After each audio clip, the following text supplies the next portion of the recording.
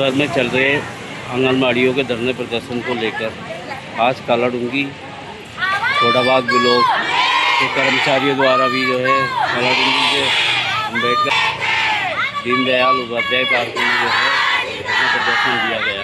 आप देख सकते हैं हमारे पीछे ये वीडियो।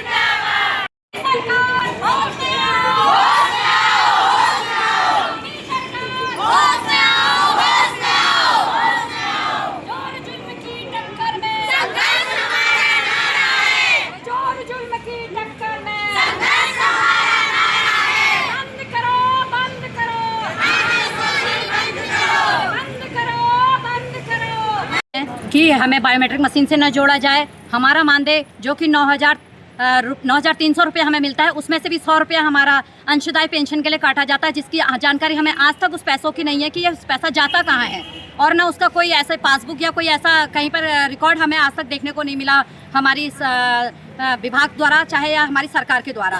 कहने का मतलब यह है कि सीसीटीवी कैमरे आज से लैस आप हमें कर रहे हैं और हर विभाग का काम आपने हमें सौंपा है, तो हम चाहते हैं कि या तो आप अदर विभागों का काम अन्य व्यक्तियों को दें और हमें केवल अपने केंद्र का ही काम दें, ताकि हम उन सीसीटीवी कैमरों के अंदर ही कैद रहे। और बायोमेट्रिक, जहाँ तक है बायोमेट्रिक मशीन की बात है, बायोमेट्रिक मशीन तो उनके लिए होती है जिनका फील्ड वर्क नहीं होता है, क्योंकि एफआरएस के लिए हमें घर घर जाना पड़ता है। और कभी क्या होता है, जैसे नेटवर्क की समस्याएं होती है, तो फिर हमें एक घर में 4-4, 6-6 बार भी जाना पड़ता है। केंद्रों से छोड़ के केंद्र सहायिकाओं के भरोसे हम छोड़कर फील्ड में जाते हैं। तो सर, कहने का मतलब है कि बायोमेट्रिक मशीन से हमें ना जोड़े। आपकी मांगे मानी नहीं है सर, आमरण अनशन शुरू करेंगे और इसका खामियाजा हमारी सरकार को, हमारे शासन को इसका भुगतना पड़ेगा। और 2027 का इलेक्शन, हमारी 40,000 वर्कर इसका त्वरित जवाब देंगी वहाँ पर। 2027 का इलेक्शन सामने है और हमारी मांगों पर जल्द से जल्द कार्रवाई हो। सरकार को चाहिए, क्योंकि हम महिलाएं हैं, सरकार को ये होना भी चाहिए, क्योंकि हम महिलाएं, हमें 10 खर्चे झेलने पड़ते हैं घर के। 9,000 में आजकल एक 4th क्लास के कर्मचारी से पूछिए, अगर एक महीने मानदेय उनकी सैलरी नहीं आती है तो उनका घर डगमगा जाता है। तो सर, हम तो एक आंगनबाड़ी वर्कर है जिसे मात्र 9,000 रुपये मिलता है। 9,000 रुपये लेके हम मार्केट के अंदर निकलते हैं तो वो 90 रुपये के बराबर की उसकी कीमत रह जाती है। तो सर, ये जैसे जैसे महंगाई बढ़ी है, वेतनमान हर कर्मचारी का, सरकारी कर्मचारी का 8वां वेतनमान, 7वां वेतनमान सब बढ़ता है, तो हमारे लिए भी सर ये चीज़ योजनाएं होनी चाहिए। ठीक।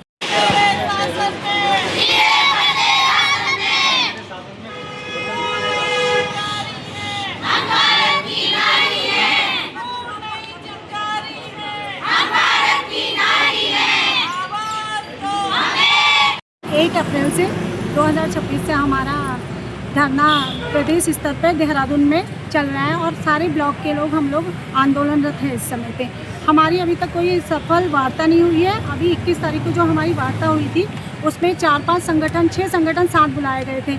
जो वार्ता इतनी सफल नहीं रही। कहा गया हमसे कि मानदेय बढ़ोतरी होगी, आप लोग अपने सेंटर्स में जाइए, बच्चों का देख रेख कीजिए, वजन कीजिए, उनका पोषण पे ध्यान दीजिए।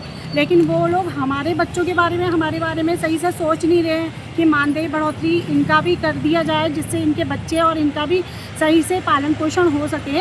तो हम लोगों से बोला जा रहा है कि बच्चों को देखिए और अपने केंद्रों का संचालन कीजिए और हम लोग 1 महीने के अंदर में आपकी मानदेय बढ़ोतरी कर देंगे। लेकिन हमारे प्रदेश नेतृत्व ने फैसला लिया है, जब तक हमारे मानदेय बढ़ोतरी का हमें जीरो नहीं मिल जाता है, तब तक हम लोग धरने पे रहेंगे। और पूरे ब्लॉक में, जितने हमारे उत्तराखंड में ब्लॉक हैं, सब अपने अपने क्षेत्र में हम लोग इसी तरह से धरना तब तक जारी रखेंगे जब तक हमारा जीरो जारी नहीं हो जाता है।